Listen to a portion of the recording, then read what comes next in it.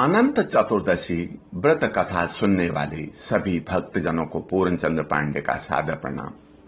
भक्तजनों, भाद्रपद मास के शुक्ल पक्ष की चतुर्दशी को अनंत चतुर्दशी कहते हैं।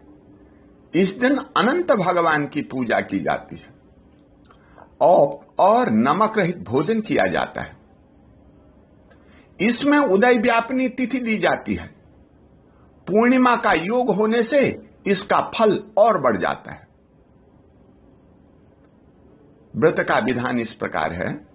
व्रती को चाहिए कि पक्का अन्न का नैवेद्य लेकर के किसी पवित्र नदी या सरोवर तट पर जाए और वहां स्नान के बाद व्रत के लिए संकल्प करके नदी तट पर या घर पर जैसा भी संभव हो भूमि को शुद्ध करके वहां कलश स्थापित कर उसकी पूजा करें। कलश पर शेषशायी भगवान विष्णु की मूर्ति रखें। मूर्ति के सम्मुख 14 ग्रंथि युक्त अनंत सूत्र डोरा रखें।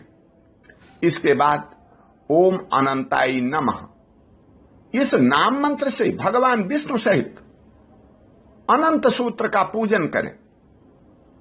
इसके बाद उस पूजित अनंत सूत्र को पुरुष दाहिने हाथ में और स्त्रियां बाएं हाथ में बांध लें।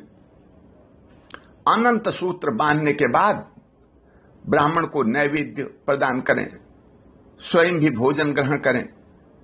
फिर नारायण का ध्यान करते हुए अपने घर में जाकर के कथा श्रवण करें और निम्न मंत्रों से भगवान अनंत का प्रार्थना करनी चाहिए। नमस्ते देव देवेशः, नमस्ते धरणीधर, नमस्ते सर्वनागेन्द्रम, नमस्ते पुरुषोत्तमम्। न्यूनातिरिक्तानि परिस्फुटानि यानि कर्माणि मया कृतानि सर्वाणि चैतानि मम क्षमस्व, प्रिया हि तुस्तः पुनरागमाय। दाता च विष्णुर्भगवान् अनन्तः, प्रतिगृहीता च सैव विष्णुः। तस्मात् त्वया सर्वमिदं ततं च, प्रसीद देवेश वरान् ददस्व। इस प्रकार प्रार्थना करके कथा श्रवण करें। कथा इस प्रकार है। प्राचीन काल में सुमंतु नाम के एक वशिष्ठ गोत्री मुनि थे। उनकी पुत्री का नाम शीला था। पुत्री अत्यंत सुशील थी। सुमंतु ने उसका विवाह कौंडिन्य मुनि के साथ किया।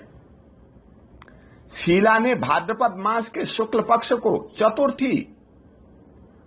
चतुर्दशी को अनंत भगवान का व्रत किया और अनंत सूत्र को अपने बाएं हाथ में बांध लिया। भगवान अनंत की कृपा से उसके घर में सभी प्रकार की सुख समृद्धि आ गई और उसका जीवन सुखमय हो गया। दुर्भाग्यवश एक दिन मुनि ने उस डोरे को हाथ में बांध लिया। देखा तो शीला से बोले, क्या तुमने मेरे ऊपर कोई टोना आदि करने के लिए डोरा बांधा है? शीला की बात सुनकर के भी मुनि नहीं माने।